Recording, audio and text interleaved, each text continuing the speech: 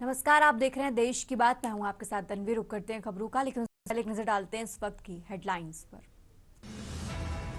दिल्ली के रामलीला मैदान में आज होगी कांग्रेस की वोट चोर गद्दी छोड़ रैली। कांग्रेस अध्यक्ष खड़गे, राहुल गांधी समेत कई नेता होंगे शामिल। इंडिगो की मोनोपोली कैसी बनी, इसकी जांच होगी। ताकत के गलत इस्तेमाल का आरोप। गुजरात भाजपा के संगठन को लेकर आज दिल्ली में बड़ी बैठक। प्रधानमंत्री नरेंद्र मोदी भी होंगे शामिल। भारत और साउथ अफ्रीका के बीच तीसरा टी20 मैच आज शाम 7 बजे शुरू होगा मुकाबला। असम में वायुसेना का पूर्व अफसर जासूसी में गिरफ्तार। पाकिस्तानी एजेंट को सोशल मीडिया के जरिए जानकारी दे रहा था। दिल्ली की हवा जहरीली, सीजन में पहली बार ग्रेड 4 लागू। कंस्ट्रक्शन वर्क पूरी तरह बंद। आप देख रहे हैं के न्यूज, खबरों का सारथी। और अब रुक करते हैं खबरों का और देश की शुरुआत करेंगे दिल्ली की खबर से। दिल्ली से बड़ी खबर आपको बता रहे हैं। दिल्ली के रामलीला मैदान में आज जुटेंगे कांग्रेस नेता और कार्यकर्ता। तो रामलीला मैदान में आज होगी कांग्रेस की वोट चोर गद्दी छोड़ रैली। कांग्रेस की वोट चोर गद्दी छोड़ रैली को संबोधित करेंगे राहुल गांधी। कांग्रेस अध्यक्ष मल्लिकार्जुन खड़गे, प्रियंका गांधी समेत कई नेता शामिल होंगे। तो बड़ी खबर आपको दिल्ली से बता रहे हैं। आज दिल्ली के रामलीला मैदान में कांग्रेस की बड़ी रैली होने वाली है और उस रैली में कांग्रेस अध्यक्ष मल्लिकार्जुन खड़गे, प्रियंका गांधी समेत कई नेता शामिल होंगे। तो दिल्ली के रामलीला मैदान में आज जुटेंगे कांग्रेस के नेता कार्यकर्ता। दिल्ली के रामलीला मैदान में इस रैली का आयोजन किया गया है। राजधानी दिल्ली से ये बड़ी खबर आपको बता रहे हैं। कांग्रेस की वोट चोर गद्दी छोड़ रैली को संबोधित करेंगे राहुल गांधी और कांग्रेस अध्यक्ष मल्लिकार्जुन खड़गे, प्रियंका गांधी समेत कई नेता शामिल होंगे।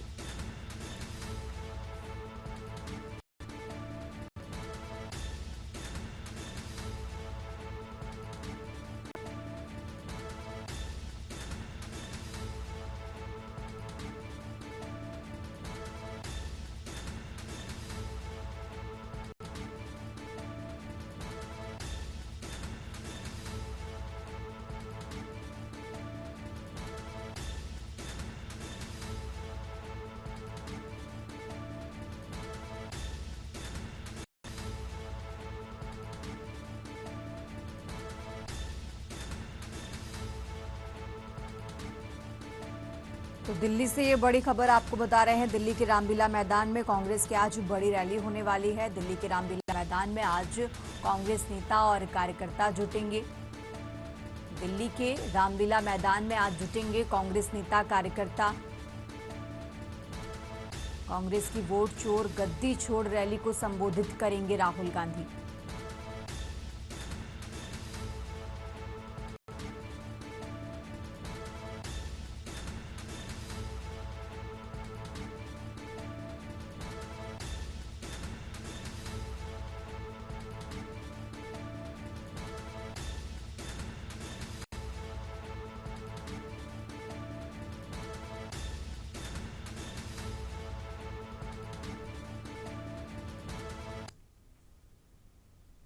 और आगे बढ़ते हैं खबरों में। अब बात कर रहे हैं लखनऊ की, जहां कफ सिरप तस्करी केस में ईडी का ताबड़तोड़ एक्शन। विभोर राणा और उसके भाई विशाल की फर्म का लाइसेंस निरस्त कर दिया गया है।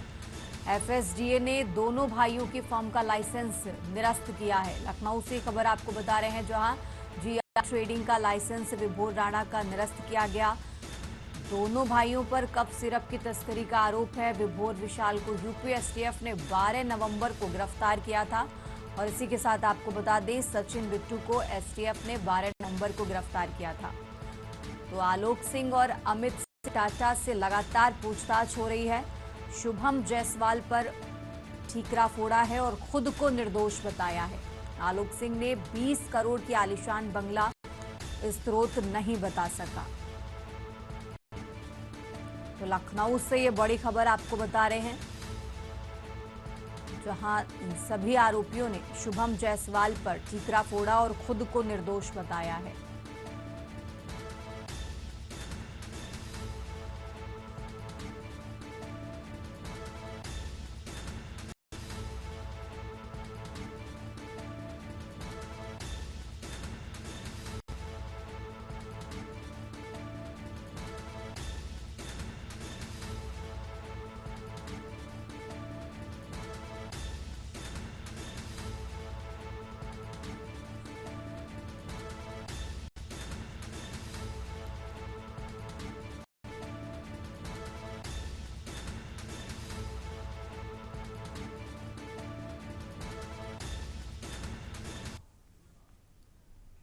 और अब आगे बढ़ते खबरों में खबर लखनऊ से अवैध कप सिरप तस्करी में बड़ा खुलासा हुआ है। ईडी के छापों में 454 बोगस फर्मों का खुलासा हुआ है। विष्णु अग्रवाल के ठिकानों पर 140 करोड़ का ब्यौरा मिला है और इसी के साथ आपको बता दें विभोर के ठिकानों पर 125 फर्मों का ब्यौरा मिला। तो लखनऊ से ये बड़ी खबर आपको बता रहे हैं। रांची में शुभम जायसवाल के 189 फर्जी फर्मों का पता चला है।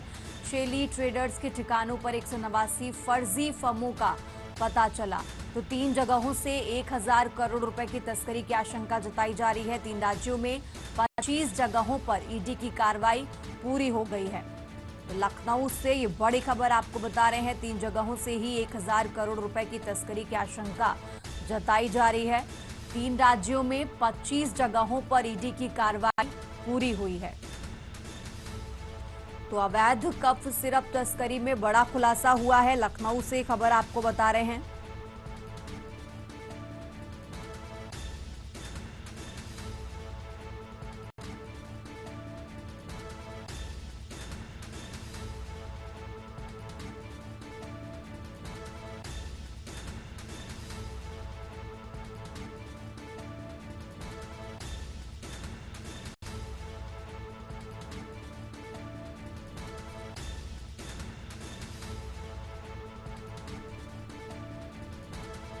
और इसी खबर पर ज्यादा जानकारी के साथ हमारे साथ मनीष तिवारी जुड़ चुके हैं। मनीष जी, इस तरीके से 3 राज्यों में 25 जगहों पर ईडी की कार्रवाई पूरी हो चुकी है।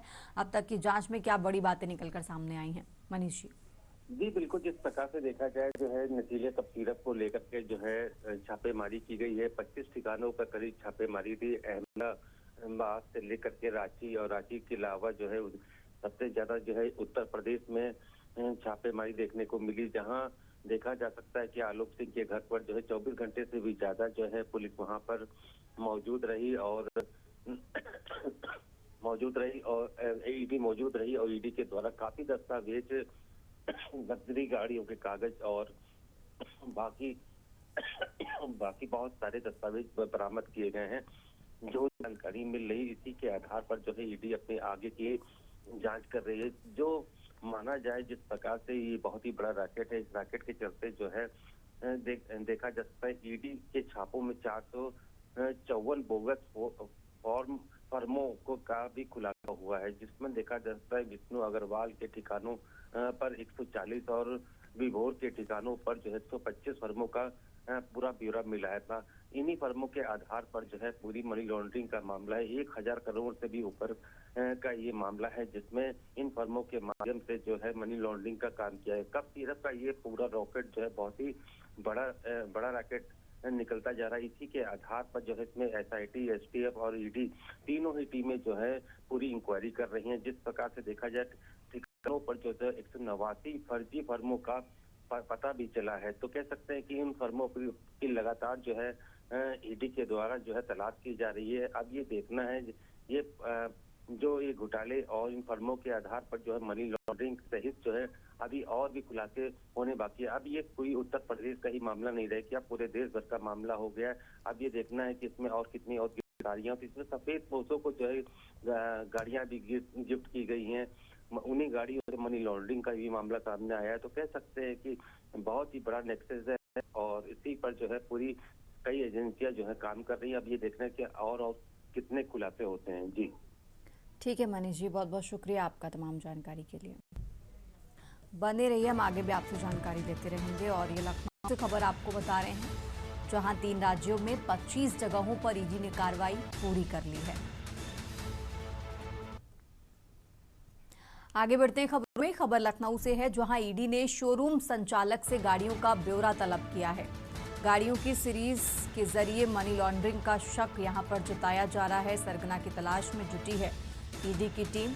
जौनपुर से खरीदी गई लग्जरी गाड़ियों का विवरण भी तलब किया है और ईडी ने शोरूम संचालक से गाड़ियों का ब्यौरा तलब किया है।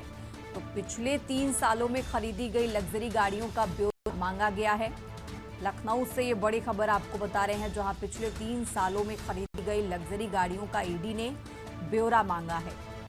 ईडी ने शोरूम संचालक से गाड़ियों का ब्यौरा तलब किया। लखनऊ से यह अहम जानकारी आपको बता रहे हैं।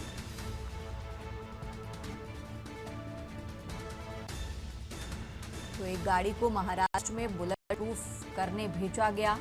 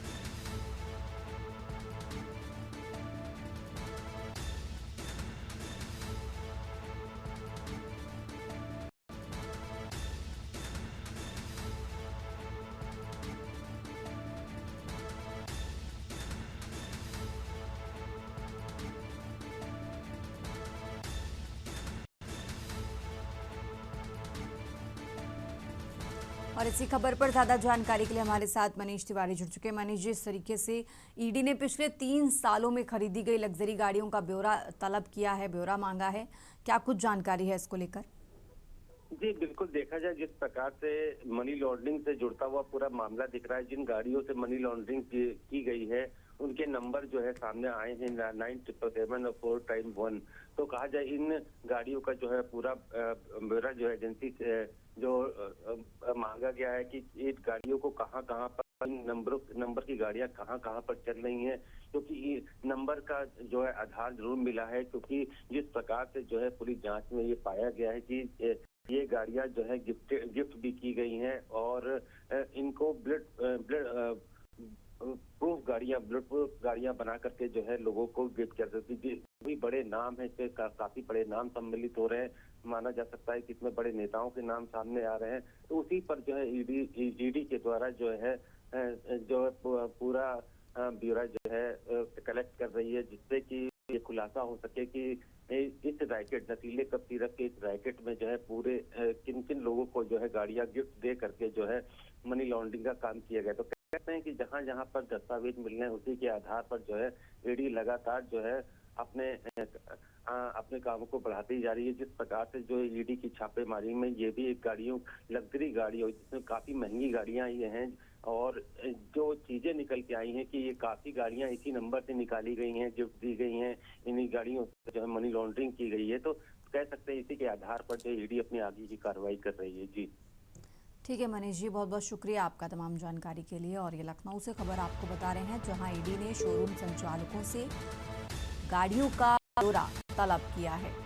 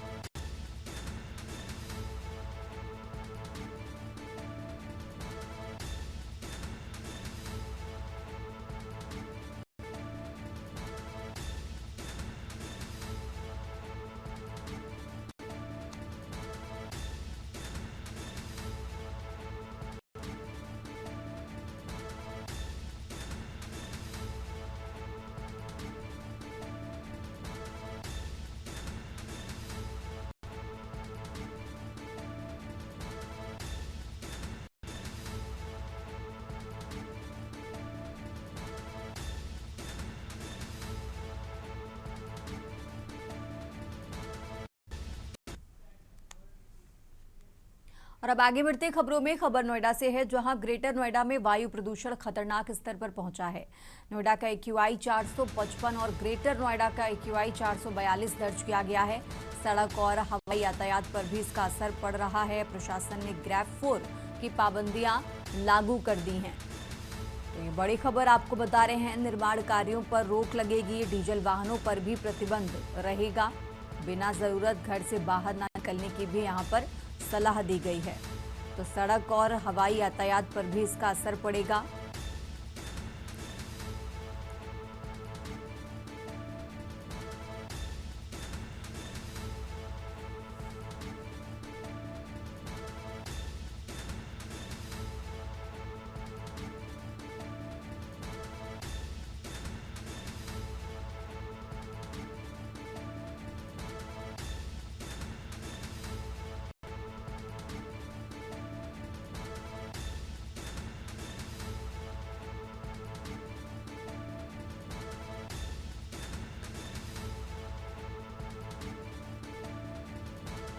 प्रशासन ने ग्रैब 4 की पाबंदियां लागू कर दी हैं। सड़क और हवाई यातायात पर भी असर पड़ेगा।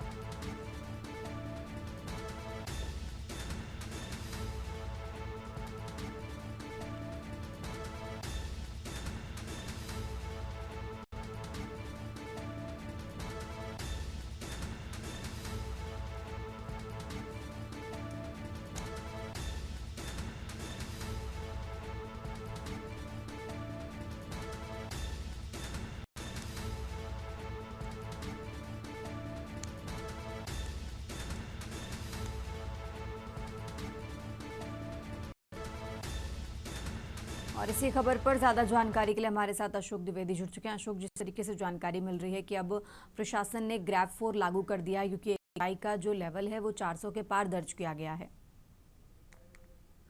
तन्वी, बिल्कुल मैं आपको बता दूं, जैसे जैसे सर्दियां बढ़ रही हैं वैसे वैसे कहीं ना कहीं देखा जाए तो वायु प्रदूषण लेवल जो है जो खतरनाक स्तर पर पहुंच गया है, जिसको लेकर के प्रशासन द्वारा सावधानियां बरतने को कहा गया है। वहीं ग्रैब 4 लागू कर दिया गया है।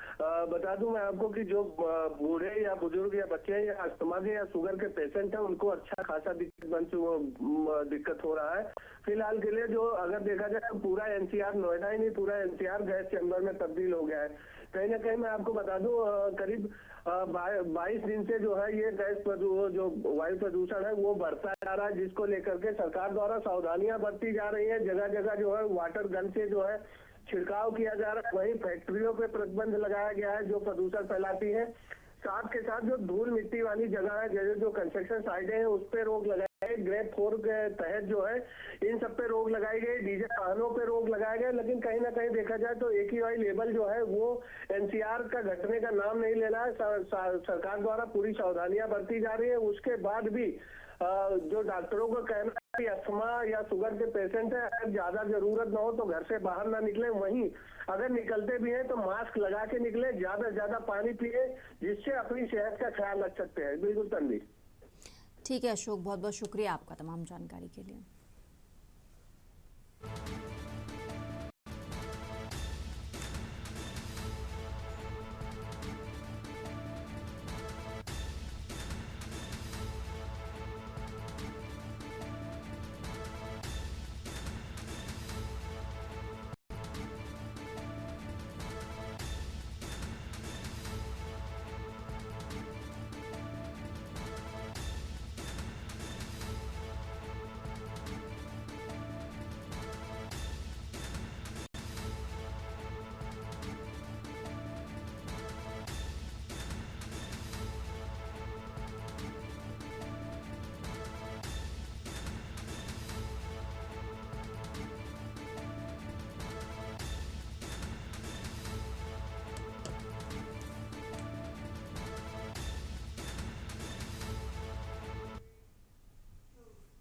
फिलहाल यहाँ रुकते हैं एक छोटे से ब्रेक के लिए।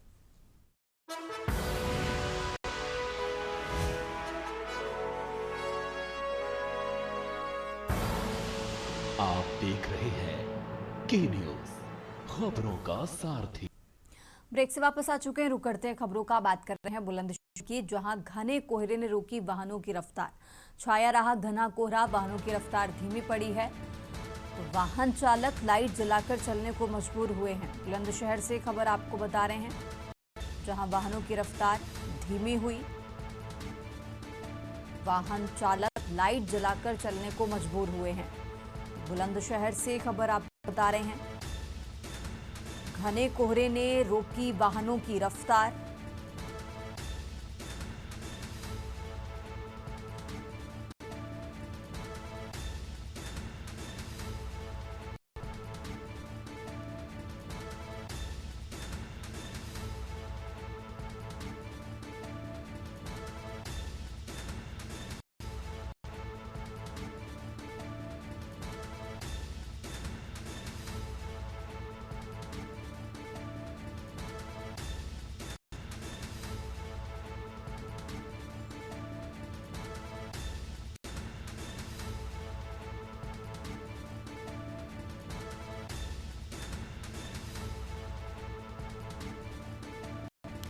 और इसी खबर पर ज्यादा जानकारी के लिए हमारे साथ अनिल मीणा जुड़ चुके हैं। अनिल, जिस तरीके से घने कोहरे ने वाहनों की रफ्तार रोकी है, आगे क्या कुछ अपडेट है इसको लेकर? जी देखिए तने बिल्कुल मैं आपको बताऊं, जनपद बुलंदशहर में लगातार 2 दिन से जिस तरह से भयंकर कोहरा पड़ रहा है, तो उससे कहीं ना कहीं जिस तरह से जो वाहन चालक हैं उनके जो वाहनों की रफ्तार में ब्रेक लगे हैं, और ब्रेक लगने के साथ साथ जो वाहन चालक हैं उनको वाहन चलाने में काफी परेशानी का सामना करना पड़ रहा है। वाहन चालकों का कहना है कि दिन में भी लाइट जला कर चलना पड़ रहा है। अगर बात की जाए घने कोहरे के कारण जनपद बुलंदशहर में कल की अगर बात की जाए, कल से आज तक लेकर कई ऐसी घटनाएं हुई है जिससे कि आपस में वाहन टकराए। हालांकि किसी में जनहानि नहीं हुई है, लेकिन घने घने कोहरे के कारण अगर बात की जाए विजुअलिटी की, तो विजुअलिटी सामान्य से भी बेहद कम हो चुकी है, और लगातार जो सर्दी का प्रकोप लगातार बढ़ता हुआ जा रहा है। अगर मौसम विभाग की बात करें या उसकी बात करें तो बताया जा रहा है कि 26 जनवरी तक घना कोहरा पड़ने की आशंका जताई जा रही है, जिससे कि लगातार लोगों को जो घने कोहरे से काफी परेशानियों का सामना करना पड़ सकता है। क्योंकि जो अगर बात किया जनता बुलंदशहर मजदूर वर्ग का जो लोग है, जो मजदूर वर्ग के जो लोग हैं, उनको भी कहीं ना कहीं परेशानी का सामना करना पड़ा है, क्योंकि उन लोगों का यह कहना है कि घने कोहरे के कारण कुछ दिखाई नहीं देता है, और मजदूरी के बिना जो परिवार का जो पालन पोषण वो कैसे होगा। तो कहीं ना कहीं जिस तरह से सर्दी का जो सितम बढ़ता हुआ जा रहा है, तो वो कहीं ना कहीं जो मध्यम वर्ग के जो परिवार है, गरीब परिवार है, उन पर भी ये सर्दी का सितम पड़ेगा। और वाहन चालकों की बात करें तो वाहन चालकों का भी ये कहना है कि वाहन के काफी परेशानी का सामना करना पड़ रहा है, कुछ भी दिखाई नहीं दे रहा है। तभी तो उसके लेकर कहेंगे घने कोहरे से लगातार लोगों को काफी परेशानी का सामना करना पड़ रहा है, चाहे वाहन चालक हो या आम जनता के लोग हो, सभी तरह के लोगों को वाहन चलाने में काफी परेशानी का सामना करना पड़ रहा है। जी तन्वी। ठीक है अनिल, बहुत बहुत शुक्रिया आपका तमाम जानकारी के लिए।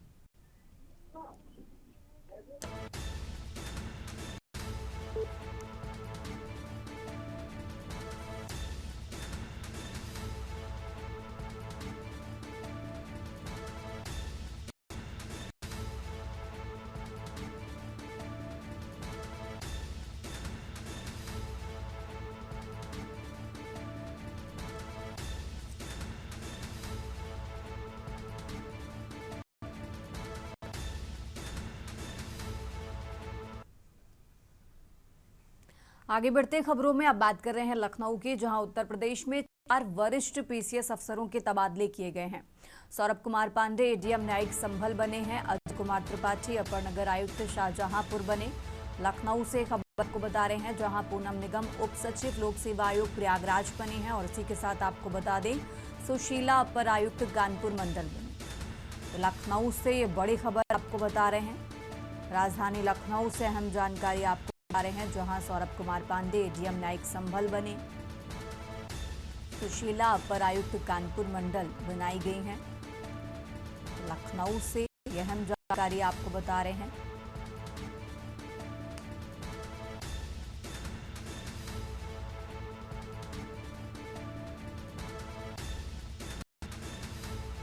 तो उत्तर प्रदेश में 4 वरिष्ठ पीसीएस अफसरों के तबादले किए गए हैं। लखनऊ से यह अहम जानकारी आपको बता रहे हैं, जहां उत्तर प्रदेश में 4 वरिष्ठ पीसीएस अफसरों के तबादले किए गए। पूनम निगम उप सचिव लोक सेवा आयोग प्रयागराज बनी हैं। सौरभ कुमार पांडे एडीएम न्यायिक संभल बने।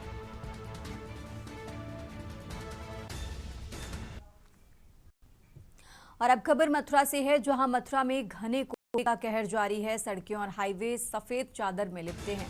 आगरा दिल्ली नेशनल हाईवे पर विजिबिलिटी बेहद कम रही। कोहरे के चलते वाहनों की रफ्तार धीमी हुई है। ग्रामीण इलाकों में कोहरे का असर ज्यादा देखने को मिला है, तो प्रशासन ने सावधानी से वाहन चलाने की लोगों से अपील की है। मथुरा से खबर आपको बता रहे हैं, जहां कोहरे के चलते वाहनों की रफ्तार धीमी हुई। आगरा दिल्ली नेशनल हाईवे पर विजिबिलिटी बेहद कम रही।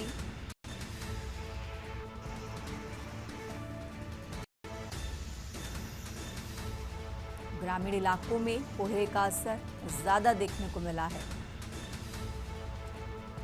इसी के साथ प्रशासन ने लोगों से सावधानी से वाहन चलाने की अपील की है।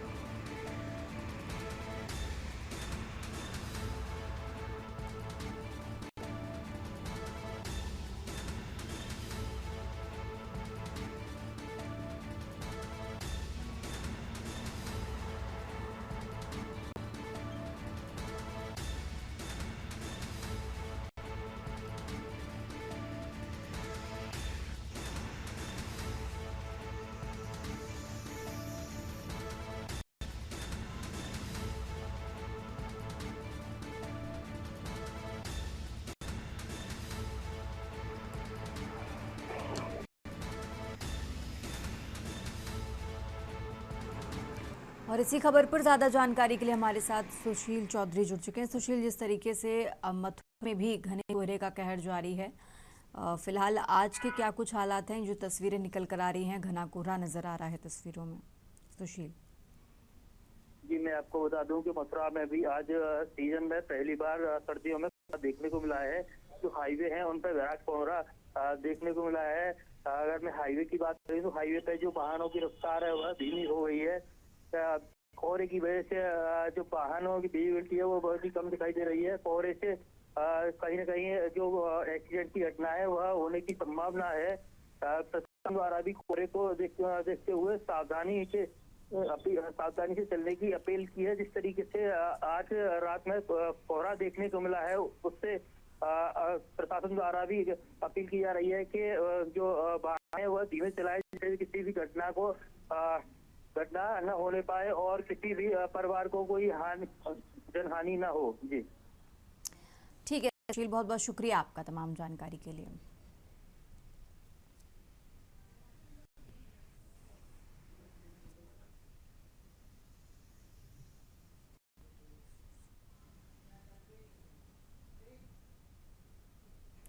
खबरों का सिलसिला लगातार जारी है। फिलहाल यहाँ रुकते हैं एक छोटे से ब्रेक के लिए।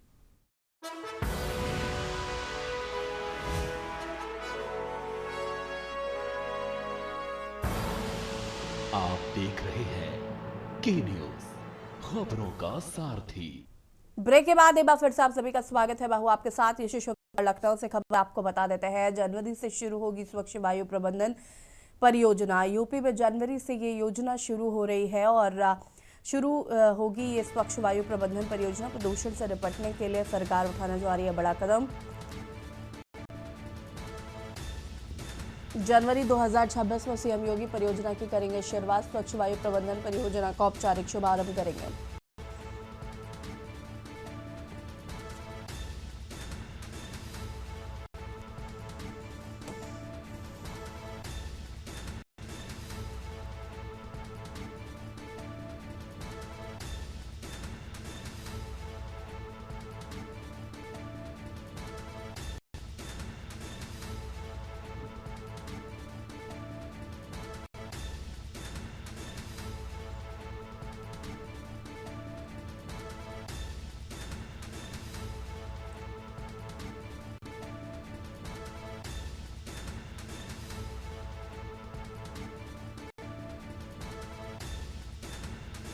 विश्व बैंक के सहयोग से लागू की जा रही है परियोजना।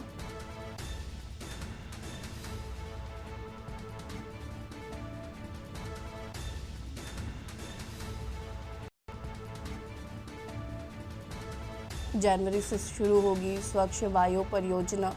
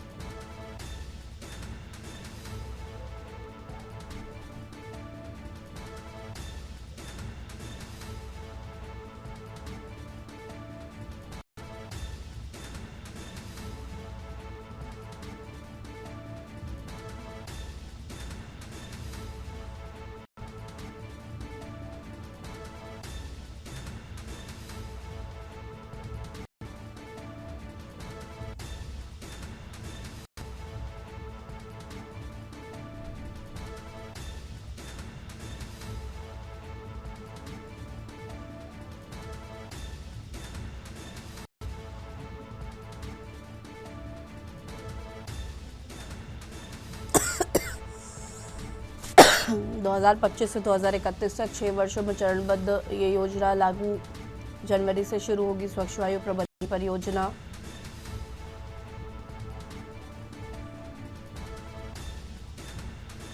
जनवरी से शुरू होगी स्वच्छ वायु परियोजना।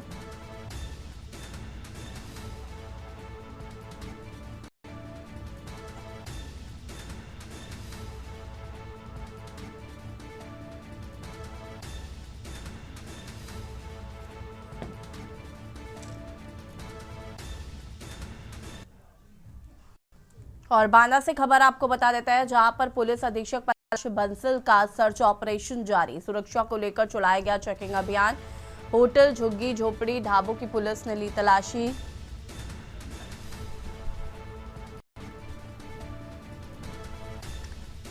घुसपैठियों की खोजबीन को लेकर प्रदेश सरकार सख्त। शहर के होटल, ढाबों, झुग्गी झोपड़ी में चला सर्च ऑपरेशन।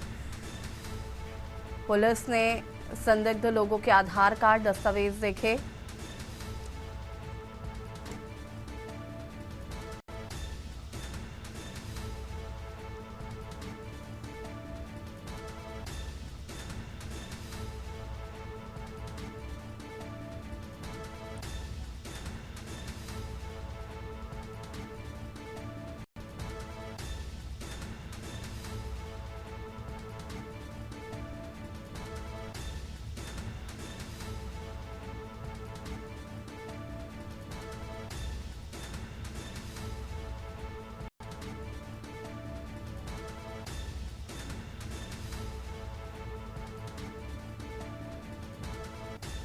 और इसी खबर पर ज्यादा जानकारी के लिए संवाददाता भगत सिंह हमारे साथ जुड़ चुके हैं। भगत, क्या कुछ जानकारी है इस पूरे मामले को लेकर?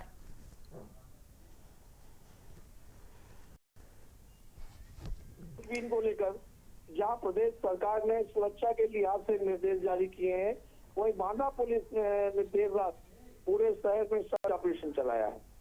आपको बता दें कि पुलिस अधीक्षक बांदा पराग बंसल के निर्देश पर शहर के सभी होटलों में, झुग्गी झोपड़ियों में, ढाबों में जो काम कर रहे लोग हैं, उनकी पहचान देखी गई है, उनका आईकॉन, आधार कार्ड चेक किया गया है, उनकी नागरिकता देखी गई है कि कहीं ये बाहर के रहने वाले तो नहीं है, कहीं ये किसी तरह के घुसपैठिए तो नहीं है जो यहाँ शहर में रह रहे हैं और शहर में काम कर रहे हैं। हालांकि देर रात उनके आइडेंटिफिकेशन के बाद पुलिस ने जगह जगह सर्च ऑपरेशन चलाया है, चाहे वो बस स्टेशन हो, चाहे वो रेलवे स्टेशन हो, या कहीं ऐसी संदिग्ध जगह पर जहां पर इनके पाए जाने की संभावना थी। साथ ही पुलिस ने ये भी आम जनमानस से अनुरोध किया है कि कहीं भी अगर कोई संदिग्ध व्यक्ति पाया जाता है तो उसके बारे में सूचना दे, जानकारी दे कि कहीं जिस तरीके से प्रदेश में ये सर्च ऑपरेशन चल रहा है, पूरे प्रदेश में पुलिस एक एक घुसपैठिए को खोज रही है कि कहीं जो भी घुसपैठिए हैं उनको तत्काल चिन्हित किया जाए और यहाँ प्रदेश से बाहर किया जाए। ये प्रदेश सरकार के निर्देश पर चल रहा है और बांदा पुलिस अधीक्षक पराग बंसल ने भारी फोर्स बल के साथ पूरे शहर में ये चला रखा है। हालांकि जो होटल है, वहाँ जो लोग हैं, बांदा में ऐसा किसी प्रकार का कोई संदेह नहीं पाया गया है, लेकिन जिस तरीके से पुलिस ने अपनी सक्रियता दिखाई है, आगे आने वाले समय में पूरे जनपद में ये हर थानों में ये सक्रियता रहेगी, हर थानों में ये सर्च ऑपरेशन चलाया जाएगा ताकि कोई भी घुसपैठिया, कोई भी बाहरी व्यक्ति शहर के अंदर न रहे, और रहे तो उसकी आइडेंटिटी क्लियर होनी चाहिए। यस जी, शुक्रिया आपका जानकारी साझा करने के लिए भगत सिंह जी। बता दें कि होटल, झुग्गी झोपड़ी, ढाबों की पुलिस ने की तलाशी।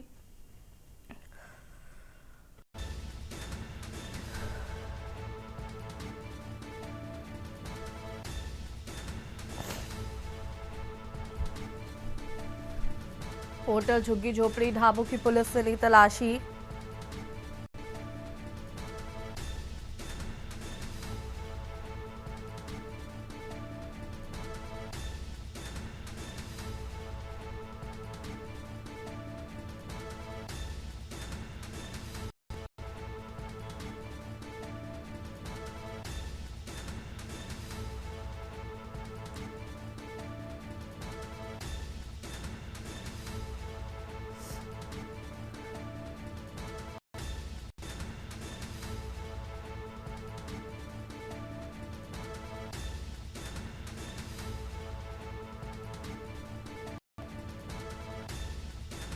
होटल, झुग्गी झोपड़ी, ढाबों की ली तलाशी।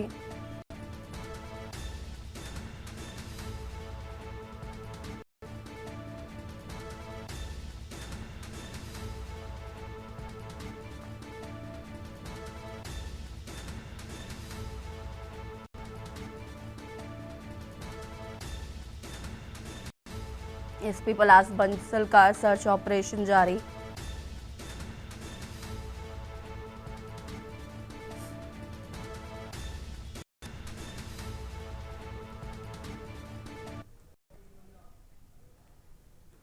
लखनऊ से खबर आपको बता देते हैं, जहां पर उम्मीद पोर्टल पर वक्फ संपत्ति पंजीकरण में यूपी अव्वल। वक्फ संपत्ति पंजीकरण में देश में पहले स्थान पर उत्तर प्रदेश। अब तक 92,832 वक्फ संपत्तियों को ऑनलाइन रजिस्ट्रेशन पूरा। सुन्नी सेंट्रल वक्फ बोर्ड की 86,347 संपत्तियों का पंजीकरण। शिया सेंट्रल वक्फ बोर्ड की करीब 6,485 संपत्तियों का हुआ पंजीकरण। शिया वक्फ संपत्ति के पंजीकरण में लखनऊ सुन्नी वक्फ बोर्ड की संपत्तियों में बाराबंकी अव्वल। केंद्रीय अल्पसंख्यक मंत्रालय ने पंजीकरण का दिया था निर्देश।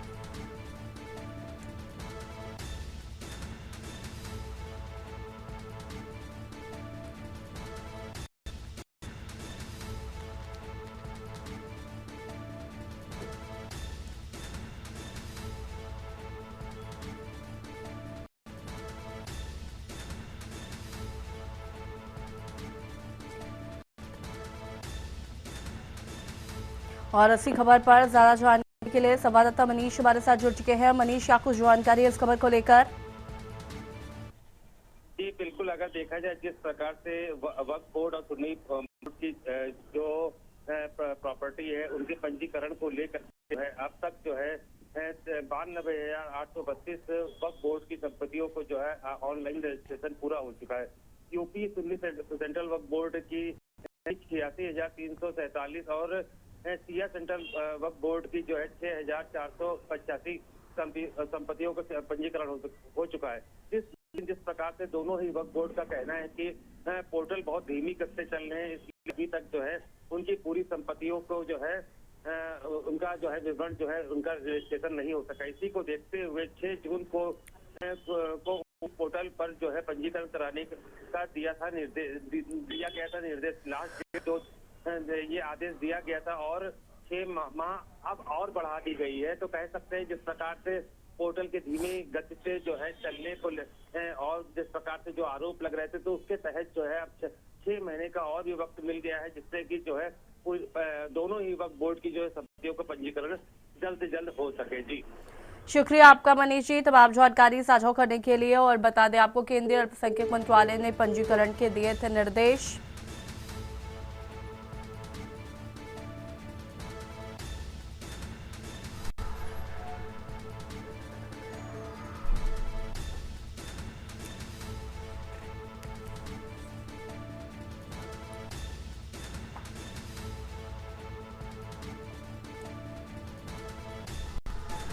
सुन्नी सेंट्रल वक्फ बोर्ड की 86,347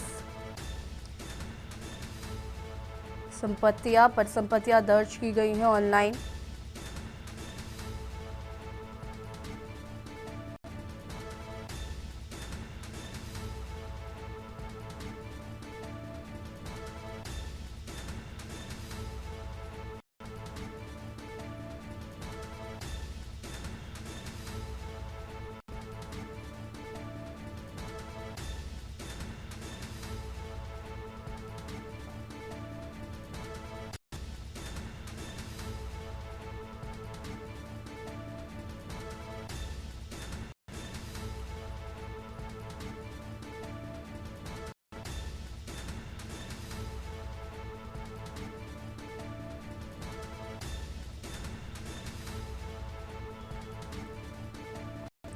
सिया सेंट्रल वक्फ बोर्ड की 6,485 संपत्तियों का हुआ पंजीकरण।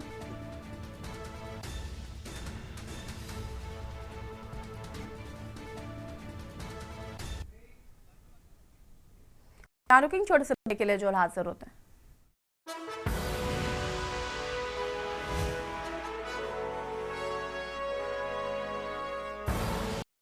आप देख रहे हैं के न्यूज, खबरों का सार। ब्रेक के बाद एक बार फिर से आप सभी का स्वागत है। लखनऊ से खबर आपको बता देते हैं, जहां पर डीएल टेस्टिंग की जिम्मेदारी होगी निजी एजेंसी के हवाले। 1 जनवरी में बंथरा के ड्राइविंग ट्रेनिंग सेंटर में जाना पड़ेगा।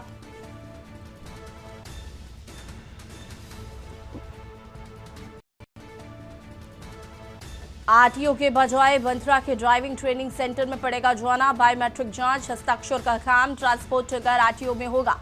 निजी कंपनी की रिपोर्ट के बाद लाइसेंस होगा जारी। परिवहन की कई सेवाएं निजी हाथों में सौंप गई हैं।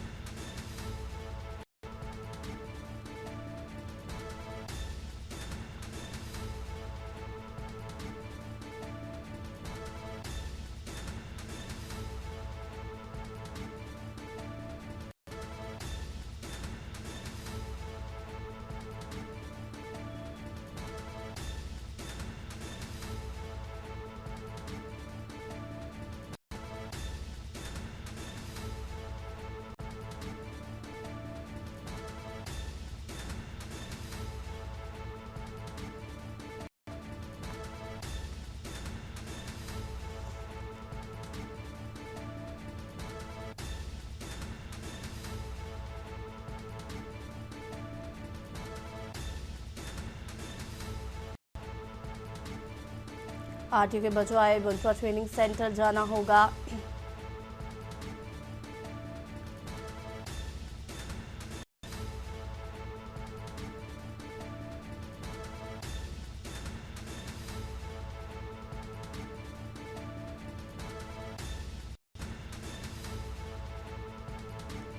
क्लियर टेस्टिंग की जिम्मेदारी एजेंसी के हवाले।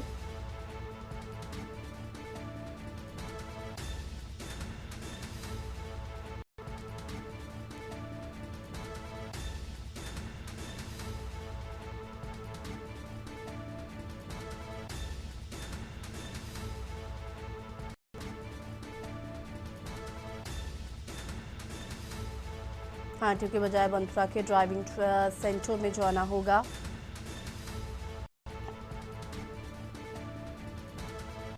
निजी कंपनी की रिपोर्ट के बाद लाइसेंस होगा जारी।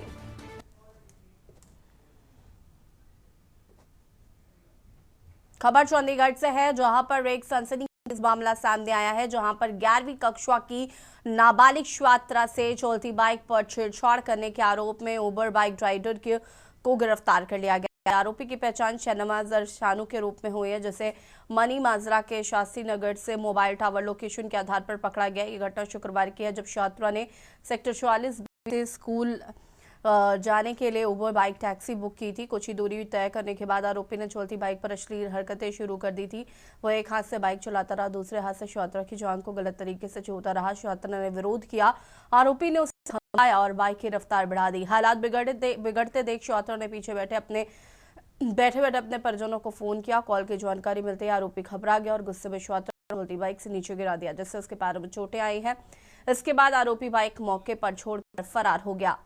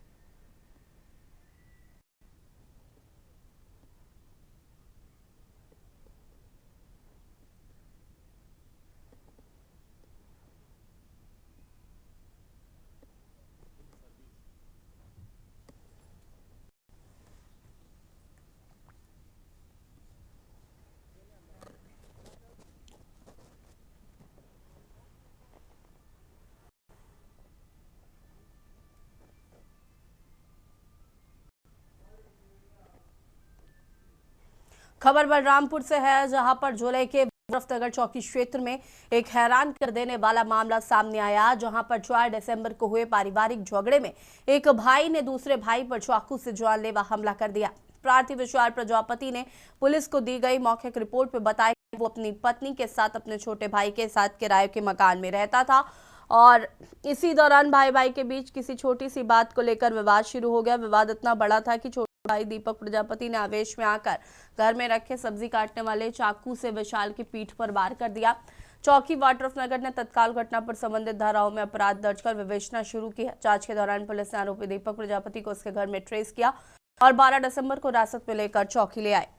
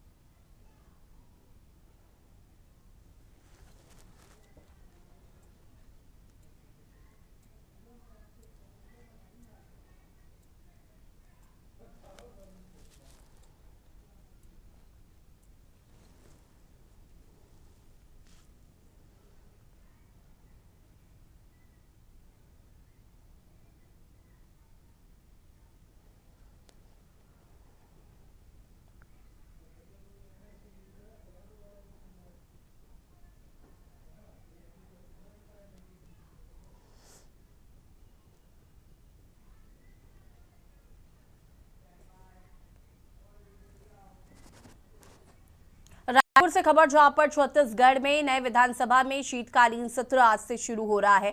सुबह 11 बजे से होगी शीतकालीन सत्र की शुरुआत। पहले दिन छत्तीसगढ़ विकास यात्रा 2047 पर होगी चर्चा।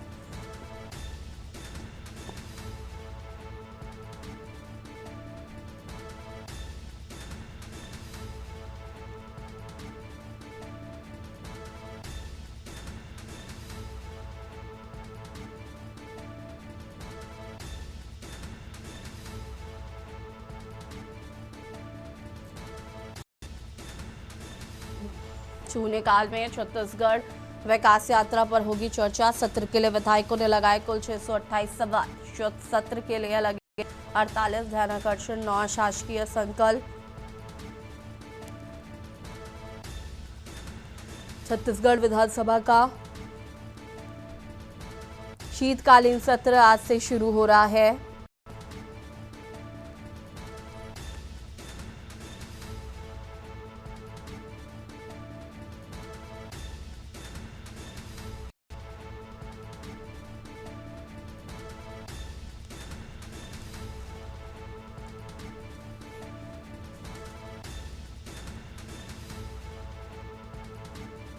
रायपुर से खबर छत्तीसगढ़ विधानसभा का शीतकालीन सत्र आज से शुरू। सत्र के लिए विधायकों ने लगाए कुल 628 सवाल। रायपुर से खबर आपको बता रहे हैं जहां पर छत्तीसगढ़ विधानसभा के शीतकालीन सत्र आज से शुरू। विधानसभा भवन में यह सत्र आज से 17 दिसंबर तक चलेगा।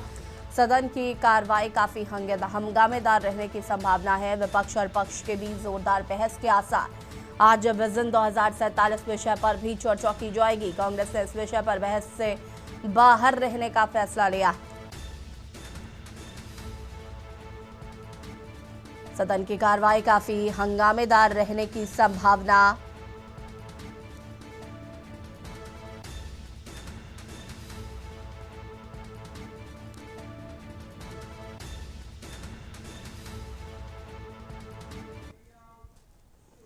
रायपुर से खबर जहां पर मुख्यमंत्री विष्णुदेव साय आज विधानसभा में रहेंगे मौजूद। सुबह निवास से विधानसभा के लिए होंगे रवाना। 10 बजे नई विधानसभा में कार्य मंत्रणा समिति की बैठक में मौजूद रहेंगे। 11 बजे से विधानसभा सत्र में मुख्यमंत्री होंगे शामिल।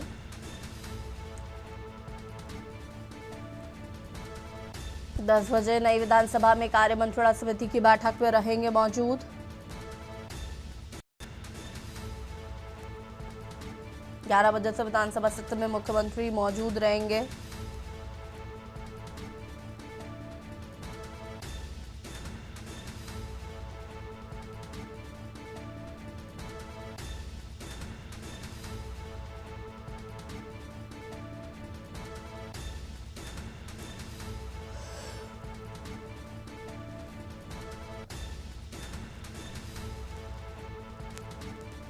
सीएम विष्णुदेव साय आज विधानसभा में मौजूद रहेंगे।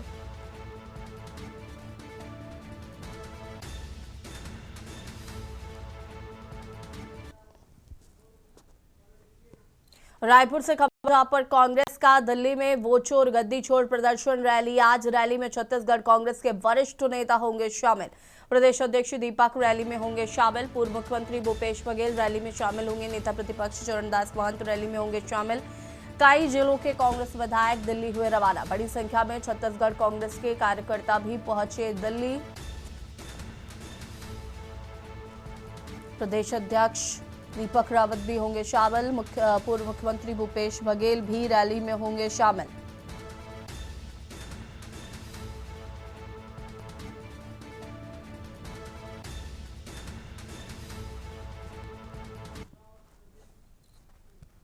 और देशी बात में फिलहाल इतना ही। देखते रहिए के न्यूज़ जरिया। नमस्कार।